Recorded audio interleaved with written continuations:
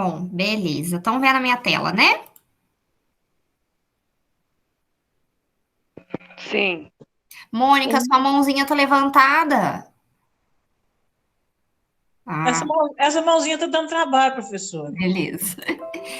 Bom, gente, a gente vai conversar então um pouquinho sobre aleitamento materno, tá? Eu vou focar algumas coisas da fisiologia, eu vou mostrar um vídeo também da pega correta, porque eu acho que isso também nunca é demais, tá? Vou tentar também terminar mais cedo, que a última aula não terminou muito mais cedo, não. Mas vamos lá. Bom, pessoal, vocês com certeza já estão carecas de saber dos benefícios do aleitamento materno, que protege o bebê, que dá imunidade para o bebê, que ajuda no crescimento e no desenvolvimento, né? Que mais? Que ajuda também na recuperação do pós-parto da mulher. E eu não sei se vocês já ouviram falar, mas outro benefício também do aleitamento materno é voltar o peso da mulher de antes da gestação, faz a mulher emagrecer. Vocês Já já ouviram ouvi falar disso? falar. Então, assim, é uma tática. Tá grávida, vai ter o bebê? Dá bastante peito que você vai ficar magrinha, tá? É lógico também, se você comer o dobro, aí também não adianta, né? Bom, mas a amamentação, então, é uma questão muito importante, pessoal, porque confere muito mais do que o alimento, do que a nutrição para o bebê, a proteção, então, imunológica, proteção contra doenças que ele pode contrair, tá? A Organização Mundial da Saúde, e isso é um preceito básico, eles recomendam que o aleitamento materno seja exclusivo, gente, é só peito até os 6 meses de vida, até os 6 primeiros meses, tá? Então, antes dos 6 meses de vida do bebê, a gente não vai dar nada de alimento. Ele não sente sede, ele não sente vontade do doce, ele não sente vontade dessas coisas. É só o leite materno, tá? Quando que vai começar a introduzir alimentos? A partir dos 6 meses, tá? Mas aí é obviamente que não é recomendado industrializado, né? Leites industrializados, alimentos industrializados e por aí vai. Ai, professora, mas a fulana não tem dinheiro, ela vai comprar industrializado que é mais barato. Vamos acionar então o assistente social para ver o que a gente consegue fazer, pessoal, porque isso é uma questão muito importante. Acho que isso não é tão visto mais hoje em dia, mas alguns anos atrás, vamos por 10, 12 anos atrás, era muito comum a gente ver, por exemplo, mamadeiras de dar para os bebezinhos com refrigerante dentro. Gente, eu cansei de ver mãe levando coca dentro da mamadeira. Nossa, eu queria morrer com isso. Pode falar, Laís. Tem uma conhecida minha que ela tava falando assim essa semana.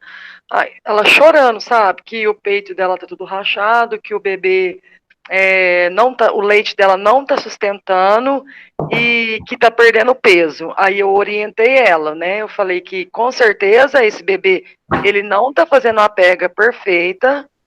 Uhum, Assim, ele não tá amamentando, tá perdendo peso, ele não tá digerindo o leite. É onde ele uhum. tá perdendo peso e tá machucando a mama dela. Não é que o leite não tá sustentando, é que ele não tá conseguindo sugar porque a pega não tá sendo perfeita. Isso, exatamente. Se o bebê não tem a pega correta, ele não vai conseguir mamar, vai perder peso. E aí que entra, então, a nossa vez de orientar como que vai ser. É onde as mães falam assim, ai, meu leite não tá sustentando. Não é que não Uhum. tá sustentando, é que o bebê não tá conseguindo sugar esse leite por causa da que não tá tendo a pega perfeita. Exatamente. Só que aí tem aquela questão que a gente já até conversou na aula, né, gente? Que na maternidade, na saída desse bebê, as mães não são orientadas, os profissionais da enfermagem não orientam como que deve fazer a amamentação. Então, é exatamente por isso que como que ela vai aprender? Ela tem que se virar, ela tem que procurar na internet, mesmo assim ela tem que, né, precisa de uma ajuda, senão ela não vai conseguir. É difícil, gente, amamentar, não é fácil, né? E assim, o que a gente precisa pelo menos contraindicar são alimentos industrializados e açúcar pela criança. A criança precisa tomar refrigerante. E, aliás, a OMS fala que menos de 2 anos, gente, não introduzir açúcar. Então, não dá bala, não dá chocolate, não dá nada de doce para essa criança. Você dá fruta. Ela não sente vontade daquilo que ela não experimentou. Você quer falar mais alguma coisa, Laís? Desculpa, eu esqueci de abaixar. Ah, tá bom. Bom, pessoal, vantagens, então, do aleitamento materno. Para a criança, né? É um alimento completo, então ele tem todos os nutrientes. É completo nesse sentido. Ele tem tudo que o bebê precisa. Ele não precisa de comida, de nada, de água antes desse tempo. Menor incidência de doenças diarreicas. O bebê tem muita diarreia, muito comum, porque por conta do sistema imunológico. Então, se ele faz da amamentação exclusiva, é menos risco dele ter diarreia, tá? Sofre menos risco de infecção, olhem só, no trato respiratório, em otite. O que é otite? Vocês sabem? É inflamação em algum lugar. Qual No ouvido, lugar? né? Ouvido. Eu tô comendo um Hershey, gente. E mais? Meningite bacteriana.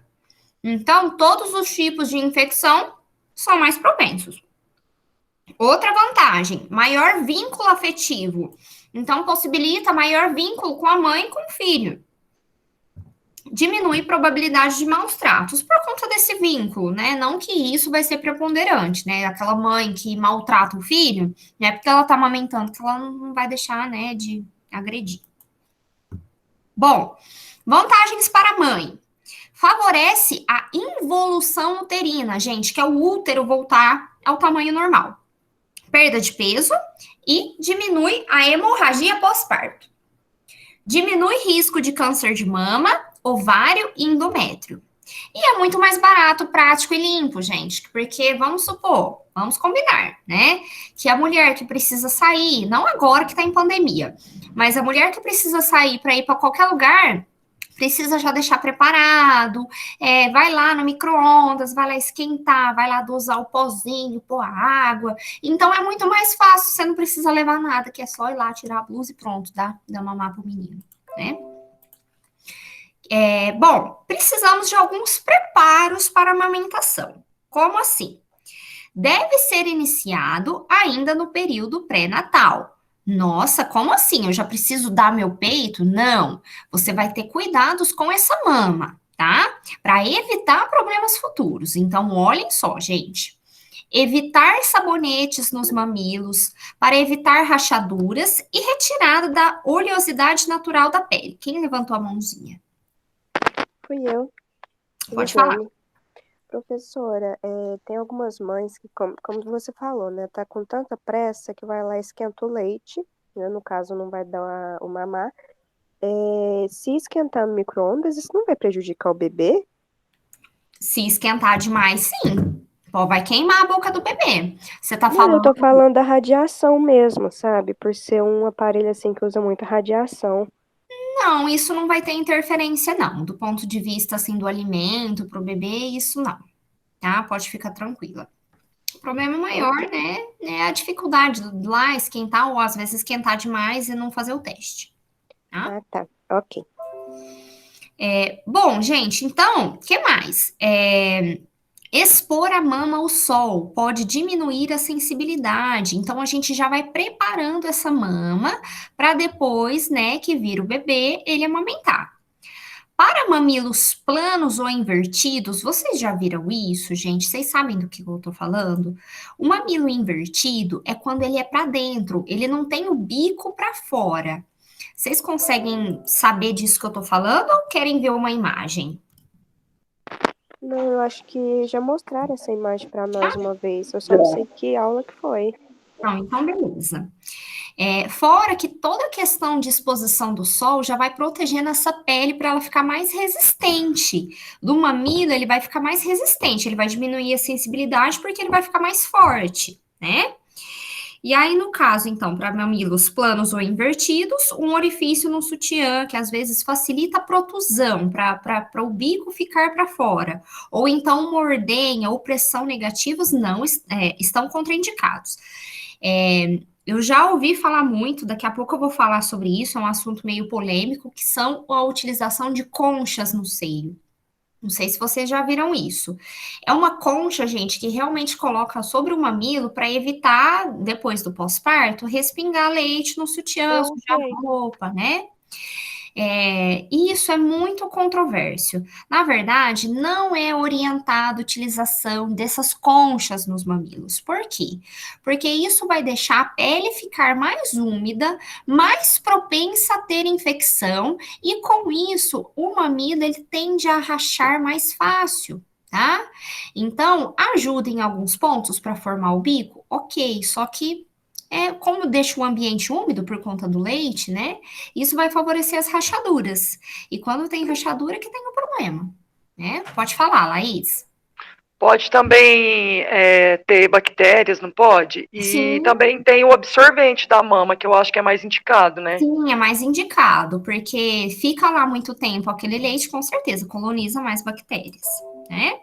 Existe absorvente para mama? Eu nunca Tem, ouvi tem. falar, não. Eles são bem pequenininhos. Vocês já viram, gente, aqueles protetores mesmo de mamilo? Igual aqueles que tinha antigamente, que era de colar, aquele sutiã, sabe? Eu sei que tem porque eu já usei. E aí é bem parecido com aquele protetor, né, de mamilo, só que é em forma de absorvente, é redondinho assim, ó. E se encontra em qualquer farmácia ele, e ele é bem legal. Mas aí a grande questão de tudo isso, pessoal, será que essa mãe, então, preparou essa mama? Ela com certeza teria menos dificuldade se ela já tivesse preparado. Só que na grande maioria das vezes, né? E quem é mãe aqui pode me falar. Vocês prepararam a mama de vocês, gente? Vocês tomaram sol? Eu não. Não. Eu não, eu nem vou vizinho. Ai, professora, tem que ficar lá, tirar a roupa e ficar lá. O vizinho vai me ver do apartamento, gente. E tem o melhor horário também para fazer isso, né? Mas precisa fazer esses preparos. E é uma coisa que não é feita. Não é feita por quê? Por conta da correria, porque, enfim, não foi. Não é orientado esse cuidado Então. nas UBSs quando começa a fazer o pré-natal. Então, e aí isso, gente, é uma grande falha, porque deveria ter sido orientado no pré-natal. Até mesmo dessa questão de sabonetes, eu aposto que vocês não sabiam que a gente, por exemplo, não pode usar o Palmolive, igual a gente já conversou uma vez, em volta do mamilo, não, né? Porque isso pode sim tirar a oleosidade, depois deixar esse mamilo mais sensível, né? E por aí mais.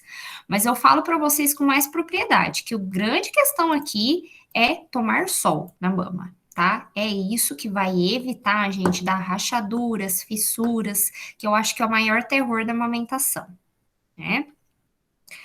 Bom, fora isso, gente, agora eu vou falar um pouquinho sobre a fisiologia para vocês da lactação, né? A produção, então, do leite materno, ela vai acontecer de uma forma complexa, gente. É tanto o sistema nervoso, o sistema psicossocial e o sistema endócrino, que é a parte hormonal, né? O que promove, então, a produção láctea, né? O que promove o leite, né? Produzir é a sucção. É o movimento, então, do bebê sugar. Quanto mais ele suga, quanto mais ele mama, mais produção de leite vai ter. Então se essa mulher não amamentar, quer dizer que o bebê não vai sugar. Então vai parar de produzir leite? Vai. Porque o leite só vai ser produzido por meio desse reflexo, que é o reflexo de sucção, ok? Como que funciona, gente? Lá em volta, então, do mamilo, a gente tem várias terminações nervosas que vão levar esse estímulo lá para a área da hipófise.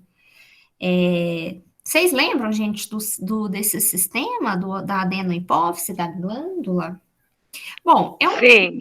É um tipo de glândula que a gente tem no corpo e que ela produz, então, prolactina. O que é isso? Atua nas células da mama, que produzem leite. E como que ela é estimulada? Por meio da sucção, tá? Fora isso, a gente também tem a liberação do hormônio, que é a ocitocina, tá? Que em vigência desse estímulo de sugar, faz também descer o leite, tá? Então, a gente tem aí a produção de várias coisas. O sugar e também a liberação dessa ocitocina, ok? Ai, professora, mas a ocitocina, eu já ouvi falar que ela é responsável também pela indução do trabalho de parto, que ela é o hormônio da felicidade, que ela é o hormônio do amor. Realmente, gente, tem várias funções, tá? E aqui dentro da área da saúde da mulher, ela tem vários propósitos e indicações diferentes.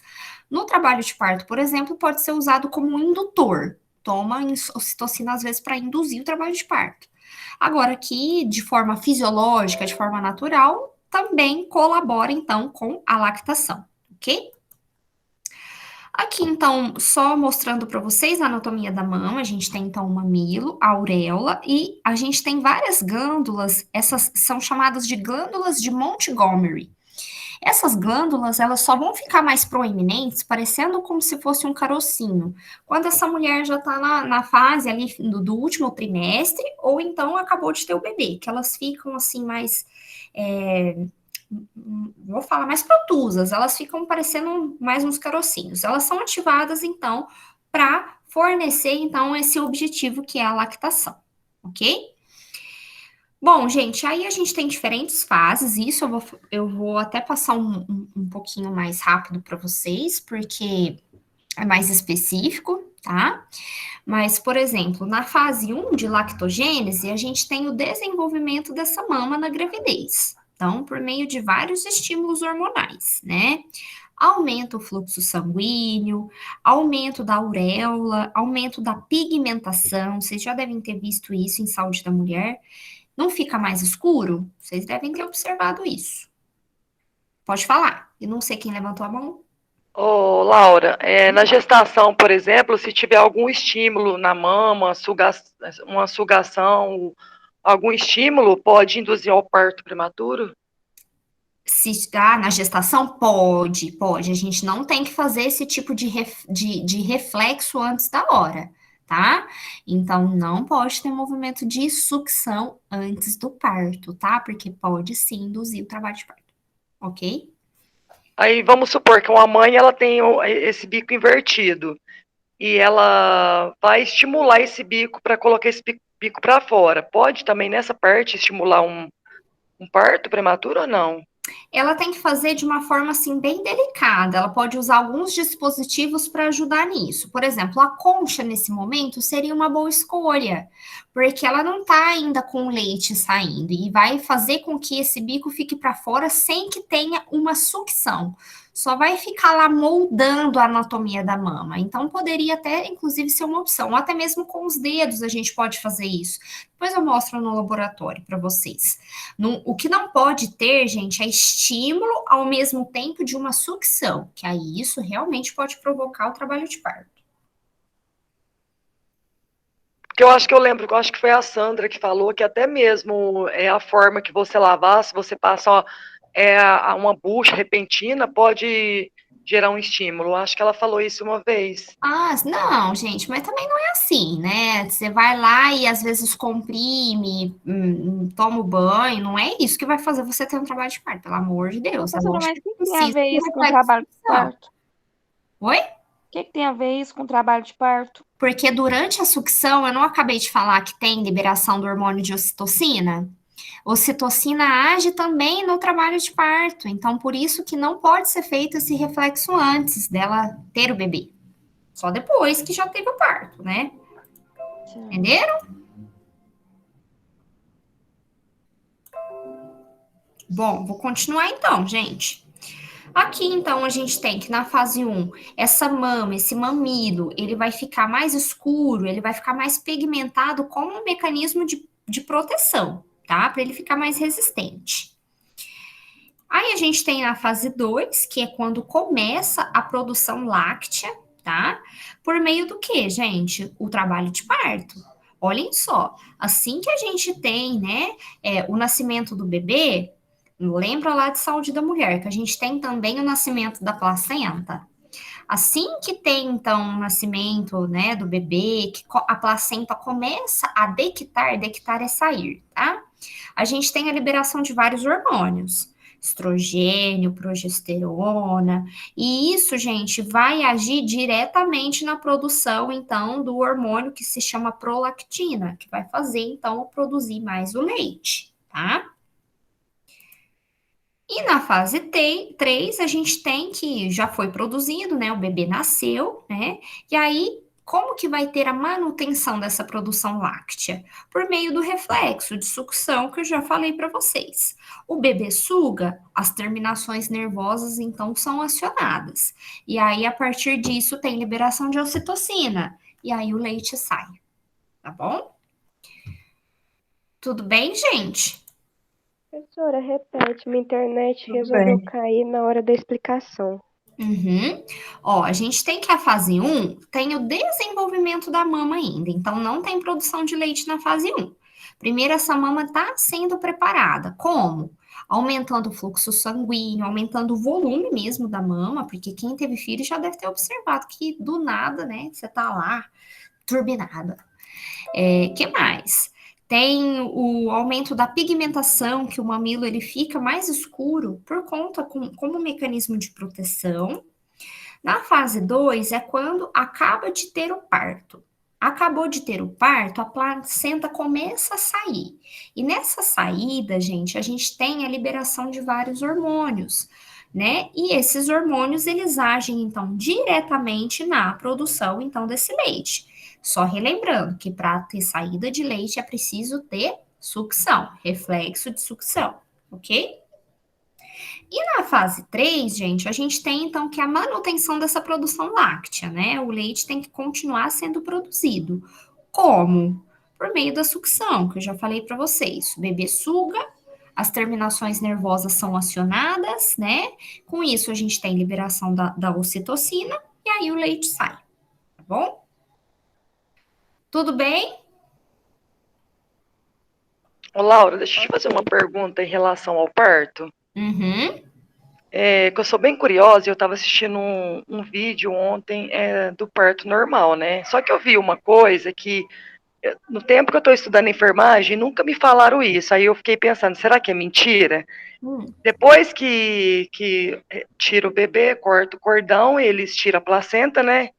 E em seguida ele põe o dedo no ânus da mulher. É verdade isso? Por qual Não, motivo que ocorre isso? Eu vi isso num vídeo. nunca vi isso. Não. Eu fiquei pensando, será que seria uma hemorroida no momento? Às vezes o vídeo que você viu pode ser ou hemorroida, ou então quando ele estava fazendo a sutura, por conta de uma laceração que às vezes atingiu da vagina até o ânus. Mas assim, pôr o dedo simplesmente por colocar, não. Mas eles observam isso, tipo, como no parto normal faz muita força, pode acontecer, e não é raro, né? Acontece da mulher ter hemorroida. Né, eles observam isso para ver se tem ou não? Sim, tem que observar, inclusive, isso é uma coisa bem importante.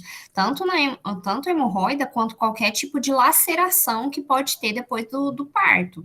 E aí ele pode aproveitar esse momento para poder corrigir isso, às vezes, né?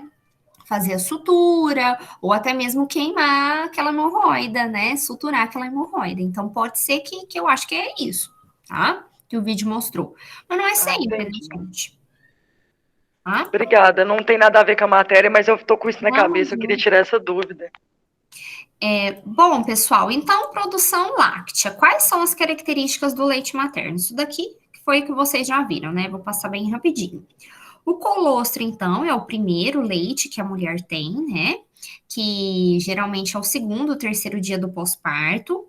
É aquele leite bem amarelo, mais forte, um amarelo mais assim, grosso. É um leite que ele é grosso, gente, porque ele é extremamente rico em imunoglobulinas, né? Que é isso, gente? Isso é fator que vai conferir proteção para o bebê, tá? Proteínas, minerais, tá? Então, ele é um leite gordo, é um leite que vai proteger esse bebê. Logo depois tem o leite de transição, né?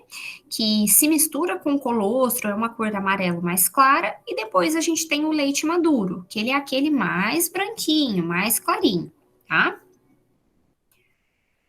Bom, situação do aleitamento materno no Brasil. Promover, proteger, então, e apoiar a prática do aleitamento materno exclusivo até os 6 meses, gente. E olhem só, ele vai ser complementar até os 2 anos de vida, tá? Do bebê, da criança, Tá?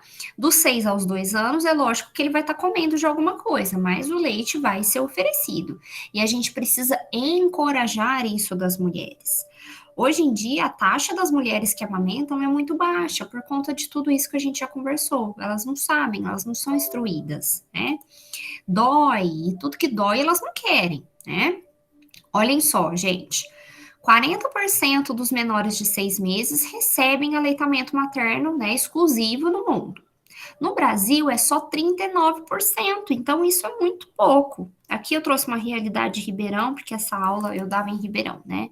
Que é 32,5%, então é muito pouco. Então a gente precisa ter as diversas ações, né, para incentivar então esse aleitamento materno.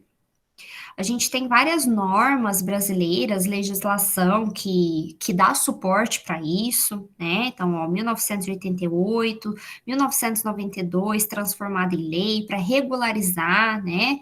Tudo isso. E sempre ter ações de proteção à maternidade. Como assim? Olhem só, a Constituição Federal, já vocês já sabem, promove, né, a licença maternidade para as mães, né? Creche, empresa com mais de 30 mulheres tem que ter esse oferecimento. 2 descansos de 30 minutos até o 6º mês. E a gente tem ainda a possibilidade de licença paternidade, tá? E ainda assim eu pergunto, por que que ainda essas mulheres não amamentam, gente? Que mais outros motivos vocês acham? Estética, professora. Estética é uma coisa importante também para a gente considerar. Ah, eu vou ficar com o peito caído, com a mama flácida. Eu tinha o peito durinho, agora eu não vou ter mais, né? Não que isso vai ser um fator, né, que vai predispor. Sim, a gente tem essa questão, sim, importante, porém, a gente precisa incentivar essa mulher. E como que a gente vai incentivar se a gente não orienta, se as maternidades não fazem seu papel? É por isso que a situação continua do jeito que tá, né, gente? Então, ações que a gente tem de apoio. Os bancos de leite humano, né? A gente tem o método canguru, que é aquele método, né, muito utilizado, que logo após o nascimento já coloca o bebê em canguru aqui no peito da mãe. Temos a Semana Mundial do Aleitamento, iniciativas do Hospital da Criança, Hospital da Mãe, a gente tem a Rede Amamenta, que dá suporte, mas mesmo assim as mães não amamentam, né? Então, a gente tem aqui até uma listinha, eu vou mostrar para vocês, 10 passos para o sucesso do aleitamento materno, né? Ter uma norma, primeiramente, gente, escrita sobre esse aleitamento, né, para ser transmitida para toda a equipe, treinar essa equipe, informar as gestantes sobre as vantagens e o manejo desse aleitamento. Ninguém chega e fala para essa mulher por que ela precisa amamentar. Ajudar as mães a iniciar o aleitamento materno na primeira hora após o nascimento. A gente vai precisar orientar, então, nesse momento, como é que ela tem que fazer. Que mais? Mostrar às mães como amamentar e como manter a lactação, mesmo se vierem a ser separados do seu filho. Às vezes o filho vai precisar ficar na UTI, vai precisar ficar internado, e aí eu te pergunto, como que vai ter produção se o bebê não está sugando, se o bebê está internado? A gente vai, sim, vai precisar estimular essa mama de outra forma, né? Não dar aos recém-nascidos nenhum outro alimento ou bebida a não ser o leite materno, né? Praticar o alojamento conjunto. Aqui eu não sei se na Santa Casa tem isso, provavelmente deve ter. Encorajar, então, sempre o aleitamento sobre livre demanda. Não dar bicos artificiais ou chupetas amamentadas ao seio. Por que a gente não pode dar chupeta para criança? O que vocês acham?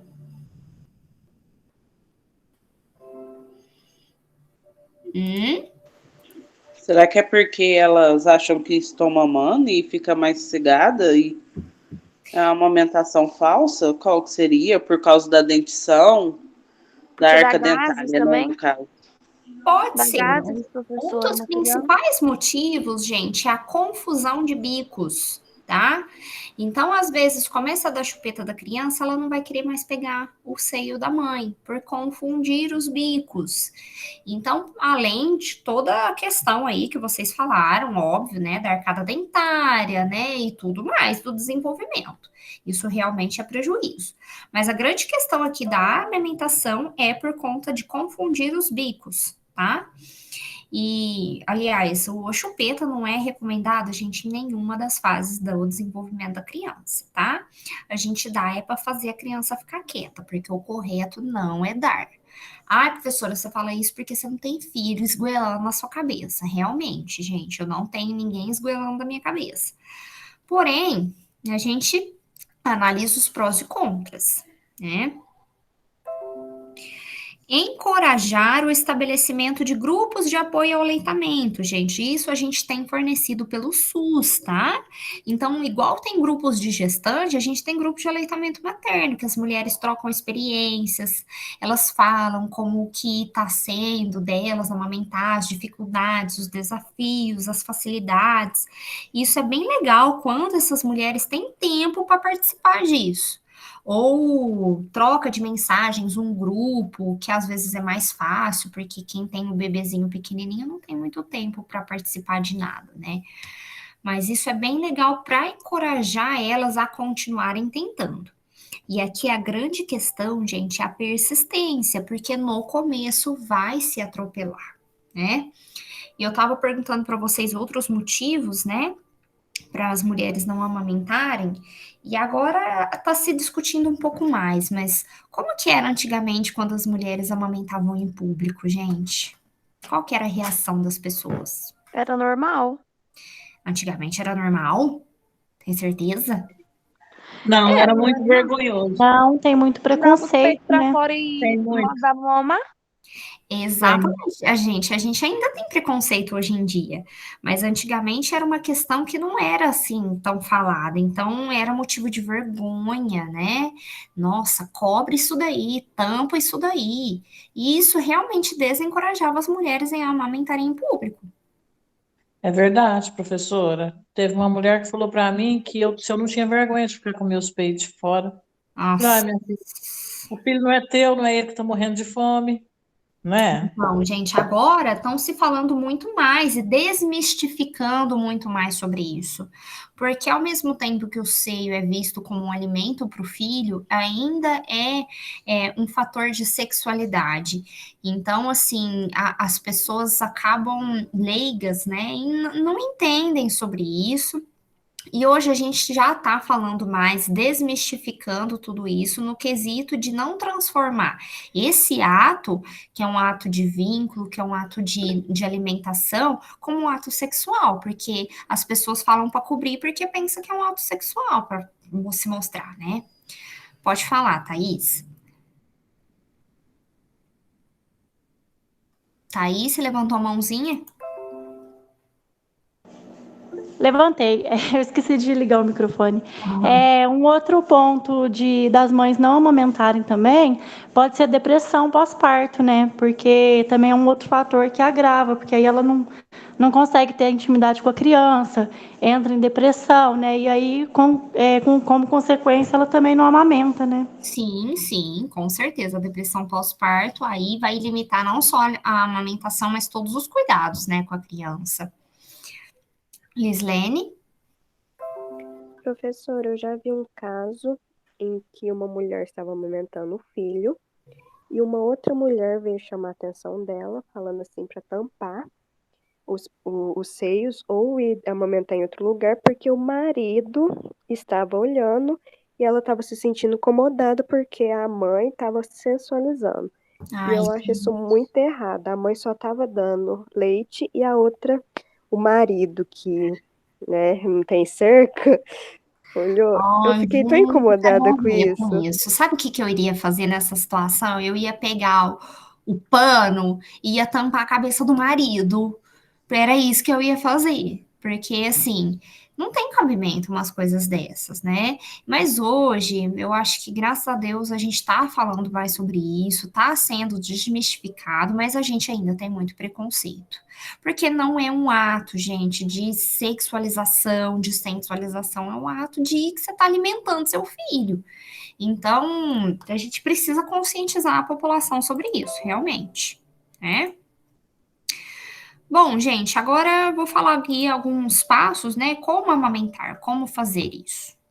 Primeiro de tudo, pessoal, amamentar em livre demanda. O que que é isso? Quem vai estipular qual é o momento de amamentar é o bebê, é ele que vai demandar. Quantas vezes que ele quiser, a hora que ele quiser.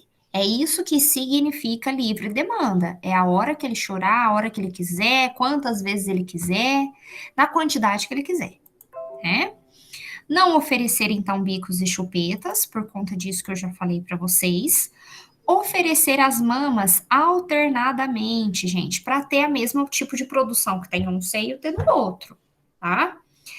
Não retirar o bebê da mama se ele ainda estiver sugando e deglutindo, porque muita mãe tem disso. Ah, não, já mamou demais, tá aqui faz um tempão, agora chega.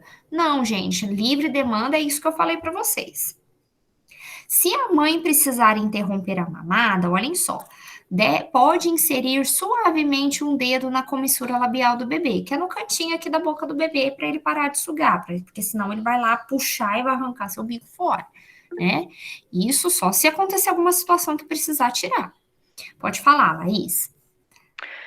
Tem bebê que quando ele está na fase de cólica, ele às vezes ele tem o hábito de amamentar porque isso diminui a cólica. Qual que é o que a mãe faz nesse momento, sabendo que ele está amamentando somente para aliviar a dor?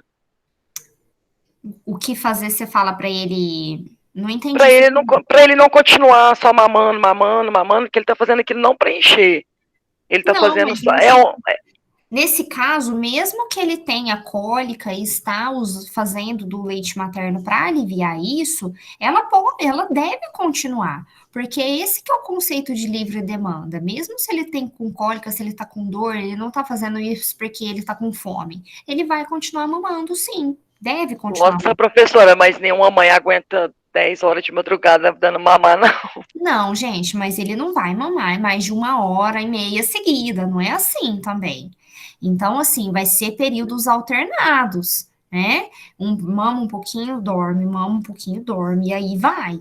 Vai ser a noite inteira? Vai ser cansativo? Vai. Se tiver com muita cólica, pode tentar dar algum tipo de medicamento para poder aliviar um pouco sobre isso também, tá? Mas não deve tirar do seio, não. Você pode complementar o seio e mais essa medicação para aliviar essa dor, né? Oi, Rose. Professor, isso entra também na questão do, tipo assim, o bebê vai tomar uma vacina, vai fazer o teste do pezinho. Então, aquilo que dá mais prazer para ele, igual vocês citaram, que às vezes coloca o bebê no peito para fazer o teste do pezinho, porque ele vai se concentrar só naquilo. Então, entra justamente na cólica também. Ele tá com cólica, você mete o peito na boca dele, ele vai se concentrar naquilo que tá dando mais prazer para ele, vai esquecer a dor. Exato. Pode entrar nessa também, né? Sim, sem dúvida. Inclusive, é uma das técnicas, quando precisa levar para tomar vacina, põe no peito, para o bebê não chorar, né? É isso mesmo, gente. Eu acho que é nessa linha onde que as mães optam pela chupeta, porque aí a chupeta substitui, né? E esse bebê para um pouco de chorar, não quer só a mama. Sim, com certeza. E a gente sempre pode fazer disso, tá, pessoal? É correto, tá, se apoiar nisso. Bom, aqui a posição da mãe, posição do bebê. E aí, gente, qual que é a posição da mãe, qual que é a posição do bebê, de acordo com essa foto? O que vocês acham? A primeira tá correta, que o bebê, o corpo dele tá retinho com a barriga da mãe. A segunda também pode ser observada como correta também. Sim. Eu acho que as 4 tá correto. O importante é que o bebê tá com o corpo retinho com a mãe. Ele não pode estar só com a cabeça virada para a mama. Isso, perfeito, Laís, arrasou. Então, o que a gente tira de mensagem desse slide, pessoal? qualquer posição, né, da mãe e a posição do bebê estão corretas, desde que os dois estejam confortáveis, os dois estão encostados, né? Qualquer posição é uma posição correta. Não tem que ser sentado, igual na primeira foto, para ser correto. Pode ser deitado, pode ser com o bebezinho virado aqui, ó, debaixo do braço. Enfim, qualquer posição é uma posição correta, tá? A minha preferida era a terceira. Terceira, deitado. Gente, porque à noite vai ser a posição mais utilizada, né? Então, a gente tem até mesmo posições especiais, né? E quando tem dois bebês, como fazer? Cada um de um lado? Depende, gente. Os dois não vão sentir fome, às vezes, na mesma hora, né? E aí, a gente vai usar também disso. Melhor posição da mãe, melhor posição do bebê, tá? Igual você falou, não tem posição exata. Porém, o corpo tem que seguir o mesmo segmento da cabecinha do bebê. Isso mesmo, gente, perfeito. E a boca também tem que estar encaixadinha, né? Fazendo o movimento certo. Isso é uma questão que vocês vão precisar observar, gente. Qual que é a prega correta da mama? Qual que é a pega correta da auréola? Olhem só.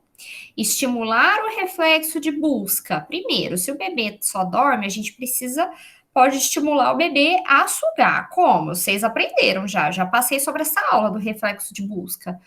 Tocando, ó, no lábio inferior do bebê, com o mamilo, ou então até mesmo com o dedo, que aí ele vai abrir a boca e vai sugar. Como que a gente sabe que ele tá no lugar certo?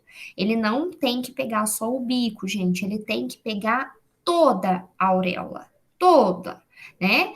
Pode deixar, lógico que tem mães que têm auréola maior, então tem que pegar a maior parte da auréola, não só o bico. Se pegar só o bico, é aonde vai ter as fissuras, as rachaduras, as lesões. Então, quanto maior parte pegar, principalmente de baixo, a parte de baixo tem que estar toda, o bebê tem que abrir a boca e pegar tudo, e aparecer às vezes só um pouquinho da parte de cima da auréola, ok? Depois eu vou mostrar um vídeo para vocês. Tem a técnica também no queixo, para não sufocar esse bebê, né? Isso, o queixinho, então, em contato com o seio daquela mulher. O narizinho mais livre, mais para cima, né? Então, quais são os cuidados diversos aí que a gente tem que ter com essa mama agora, no momento, então, da amamentação, gente? Então, a gente teve cuidados com a mama antes e agora a gente tem cuidados depois também, tá? Banho de sol, de novo, gente, é isso que vai fazer melhorar, tá? No começo vai ficar sensível, tem alguma coisa lá sugando toda hora, vai abrir lesão. O que vai melhorar? O que vai deixar resistente? O sol, tá? Uso de sutiã com alça firme para manter as mamas em posição anatômica. A gente vai utilizar das técnicas corretas de amamentação. Flexibilidade das auréolas antes das mamadas, né? Tentar ajustar, né? Faz o banho de sol e vai lá e faz o movimento de flexão dessa auréola. Depois eu vou mostrar para vocês. Hidratação do mamilo, gente, com o próprio leite.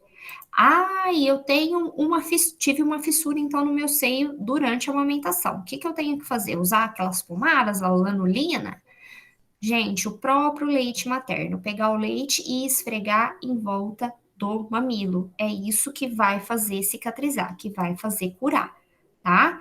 E isso dá uma maior proteção. Você passa o leite em volta do próprio mamilo e toma o sol, que é isso que vai fazer melhorar, tá? Tem uma... Não entendi, Rose, cortou. Quando eu tive os meus, me orientaram a passar manteiga e tomar sol. Pra quê? Pra fazer um churrasco? Pra hidratar os seios. Misericórdia, com manteiga. Manteiga. Quem te orientou isso foi manteiga caseira. Manteiga caseira. Minha mãe, né? A inicial foi minha mãe e uma senhorinha. Ela já até aposentou dali da UBS aqui da São Sebastião. Ai, não. Porque me deu uma fissura muito grande. É sério? Gente, o próprio leite materno tem essa proteção. Usar essas coisas caseiras podem dar uma infecção ainda maior no seio. Então, é o próprio leite materno, tá? Bom, o que mais? Não usar óleos, cremes ou pomadas na região da auréola, porque vai fazer a pele ficar mais fina e rachar mais. Não esfregar bucha, escova ou toalha na região aureolar, então, né? Não lavar excessivamente as mamas, não precisa, gente, porque aquilo se autolimpante, né? Vamos dizer assim. E não deixar também a pele mais irritada. Lógico que você não quer dizer que você não vai lavar, tá, gente? É só não lavar excessivamente.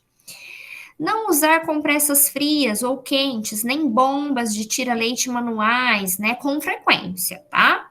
Não usar conchas ou protetores de amamentação rotineiramente, por conta disso que eu já expliquei para vocês, tá?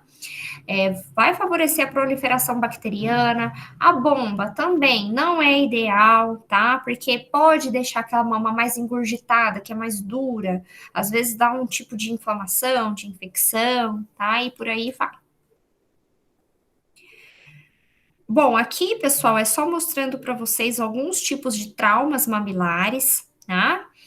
Primeiro eu vou falar sobre o mamilo protuso, né? Que é o bico que é exteriorizado, é saliente, é bem delimitado e se protrai, ou seja, ele se reverte, né? Com facilidade após o estímulo. Temos o mamilo semiprotuso, que é essa segunda foto aqui do lado direito, tá? Que é pouco saliente, se protrai, né? Se reverte com dificuldade. O pseudo invertido, então veja que a gente não tem, então o bico muito para fora, né?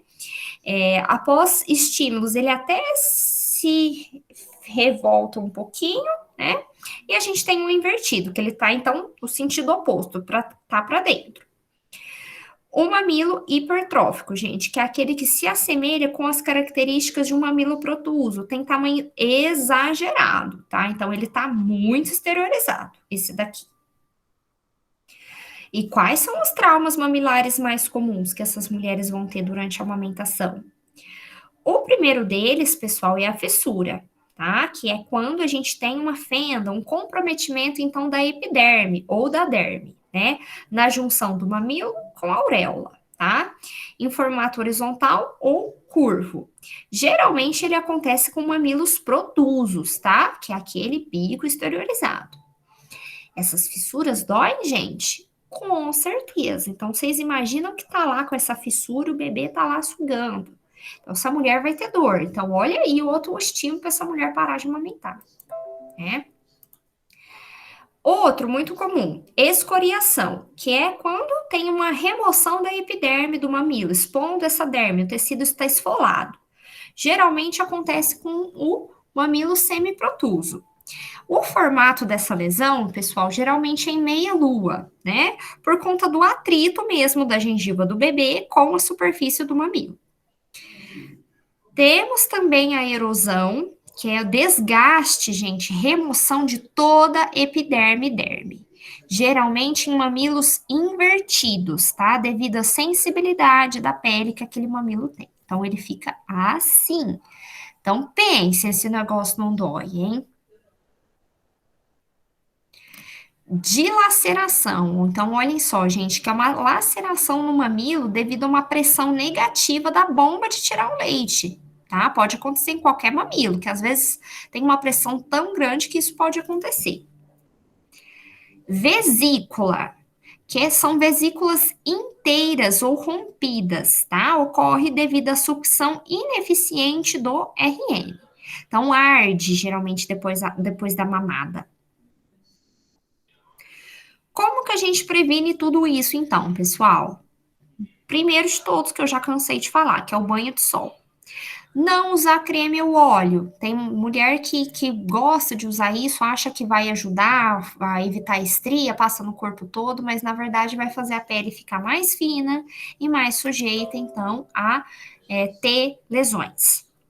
Técnica correta do aleitamento materno, né? A pega e a prega corretas. Flexibilidade, então, da auréola. Hidratação do mamilo com o próprio leite. É assim que a gente vai hidratar. Tratamento e as recomendações acima, gente.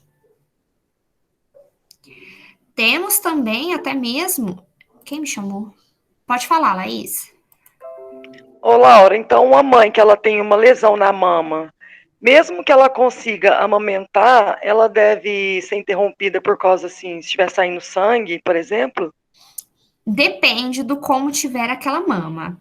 Em geral, a gente pode até passar um pouco para o outro seio, né? Mas a gente também não pode deixar aquele seio que tá com a laceração sem o reflexo de sucção, senão não vai ter produção de leite, ou então pode até infeccionar, ter inflamação do seio por conta disso.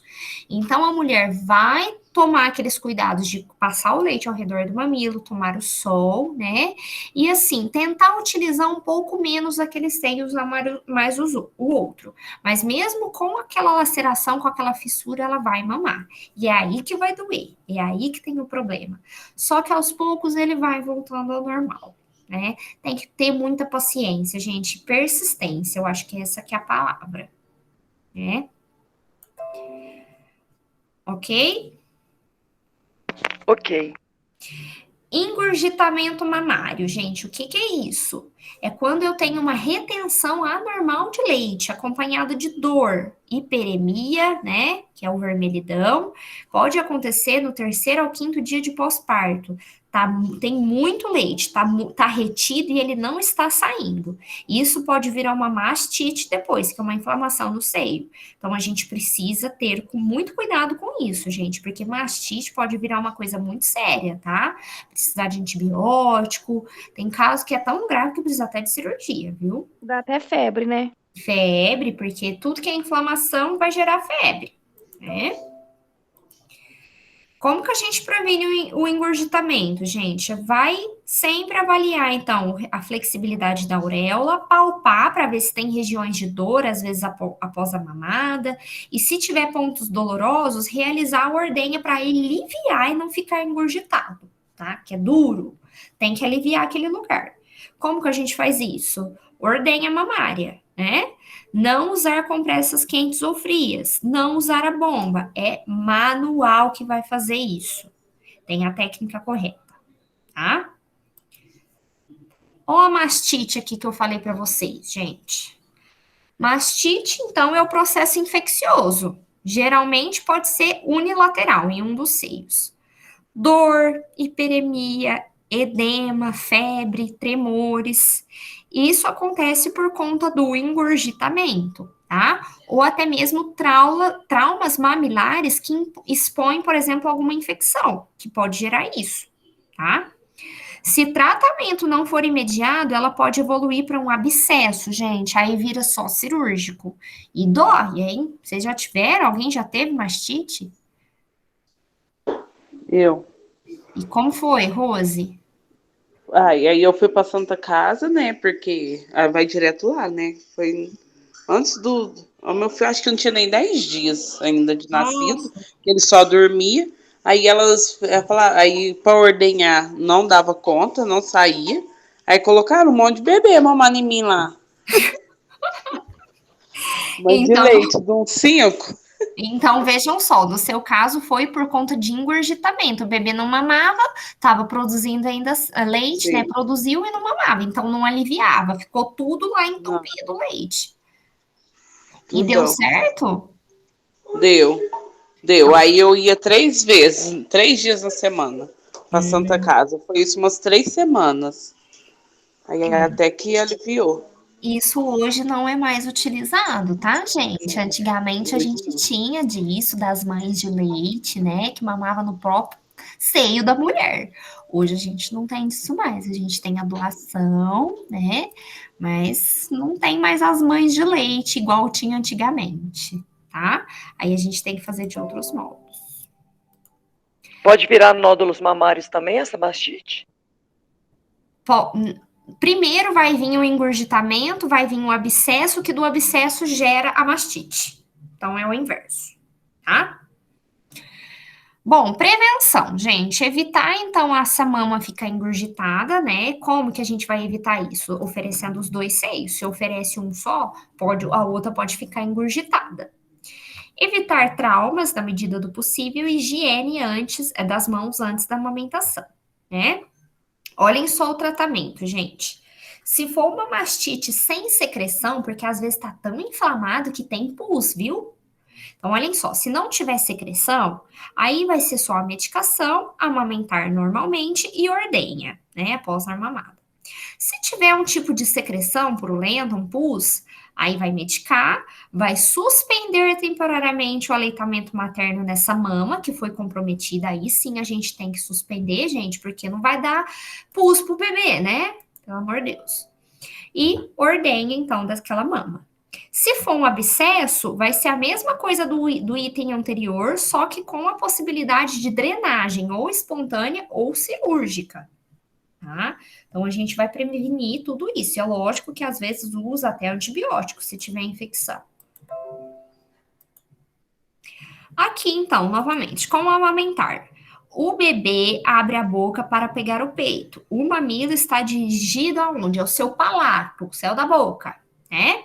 O lábio inferior, gente, fica posicionado bem abaixo do mamilo. Uma boa pega de auréola. Então, lembra que eu falei, pega o máximo possível da auréola, não pega só o bico. Boa posição para sugar. O peito protuso, né, o bico, isso vai ser formado um bico dentro da boca do bebê, se ele pegar direitinho. Então, como que a gente pode fazer esse bebê ter o reflexo de busca ainda, né? Então, olhem só. Quando algo toca o lábio, o bebê vai abrir a boca. Então, aí vai ser o momento que ele vai abrir, colocar o bico bem em sentido ao palato, que é o céu da boca, e ele vai agarrar o máximo possível, então, dessa auréola, ok? Igual está aqui, gente. Então, 7 ações, né? Como que a gente promove tudo isso? Sempre orientar essa mãe, a licença familiar, com certeza ela ajuda, reforça os laços e por aí vai. Agora eu vou mostrar para vocês um vídeo, peraí. Alguém tem alguma dúvida, pessoal, sobre isso? Não? Não.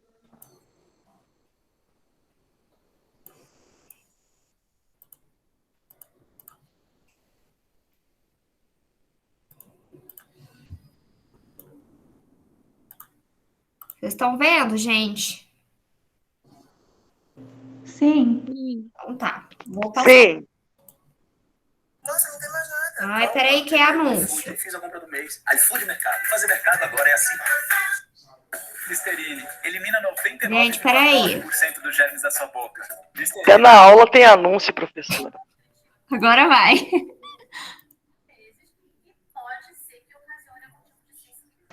Tá muito baixinho, não tá dando pra escutar, não. Peraí.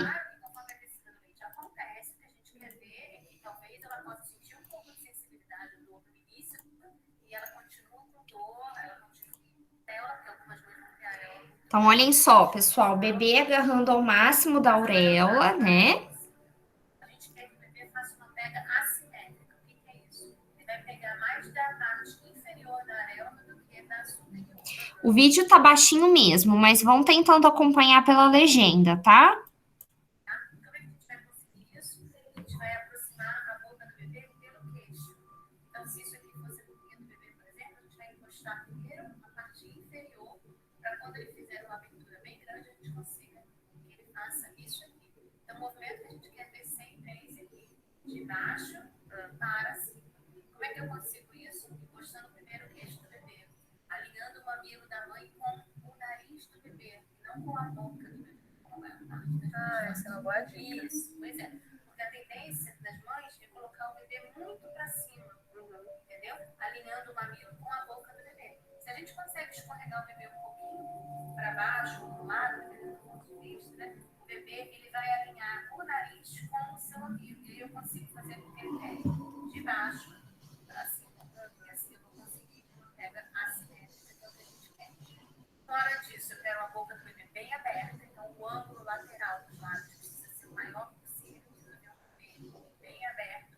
E os lábios virados para fora. E aquela história de fazer barulho?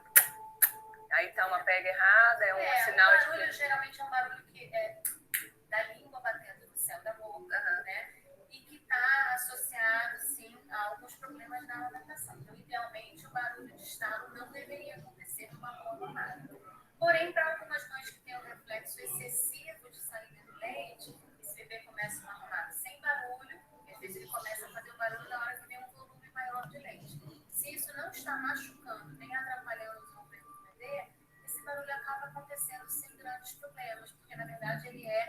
interferência que o bebê faz para poder manejar o volume excessivo de leite que ele recebe. Então, quer dizer, para controlar aquele leite que entra em grande quantidade, ele perde um pouco do vácuo e da pressão interna que faz na boca e bate ali em condição da boca para dar uma paradinha no volume que está excessivo para ele deglutir. Então, por isso ele faz o barulho. E, por exemplo, já ouvi falar muito de a bochechinha tem que estar bem cheinha, infladinha, a orelhinha mexer, isso aí são sinais de que está mais correto ou não? Sim, com certeza, né? Porque a bochechinha empolvada é sinal de que o bebê está fazendo uma movimentação errada, uma pressão errada na mama. Então, geralmente, a gente quer ver uma bochecha aqui inflamada. E para além dos aspectos visuais de observação da mamada, a gente tem a observação da função também, né? O bebê precisa fazer uma mamada com pausa, com ritmo, com deglutição, para a gente entender que está funcionando bem. Às vezes você olha o bebê e te parece que está tudo bom, a boca está bem aberta, o lábio está eletivo, ele está bem posicionado em relação ao corpo da mãe, mas quando ele vai mamar, ele mama com um ritmo muito frenético, rápido, e não faz nenhum tipo de pausa. Tem que ouvir a deglutição dele, né? Tem ritmo e tem uma pausa. Gente, vocês estão conseguindo acompanhar? Não, eu não tô não escuto nada que ela tá falando. Tá tudo, Bom, tá eu vou tudo repassar bem. aqui então algumas coisas para vocês. Eu vou jogar no chat, ó, que eu acho mais fácil vocês verem sem se perder. Professora, não tem jeito de ver no YouTube? Tem, Não, eu mandei o link agora do YouTube. Vou mandar no grupo também. não, porque dá certo, mas ver pelo YouTube, aí dá para ver. Não, eu já mandei para vocês o link, pessoal. Eu vou pedir para vocês então verem o vídeo, tá? Que ele mostra certinho como é, que tem que ser essa pega. É um vídeo de 10 minutos, mas ele tá bem didático, que dá para vocês entenderem como é que funciona, tá? Bom, gente, vocês vão ver que no final dessa aula tem 2 perguntinhas. Eu peço para que vocês tentem fazer essas perguntinhas. Deixa eu ver aqui, gente, se vai ser para entregar, porque eu não lembro mais.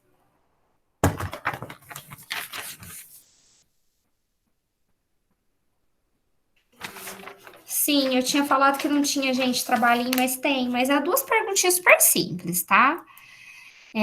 Que vocês podem fazer se vocês quiserem de dupla, de trio, tá? E aí vocês me entregam semana que vem, a gente começa a discutir um pouco com essas perguntas, aí vocês me mandem as respostas no Zap, pode ser? Pode. Pode ser.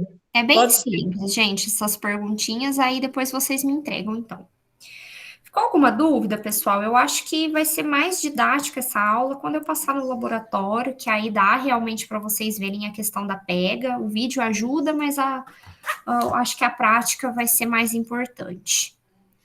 Então, ficou alguma dúvida? Alguém quer falar mais alguma coisa?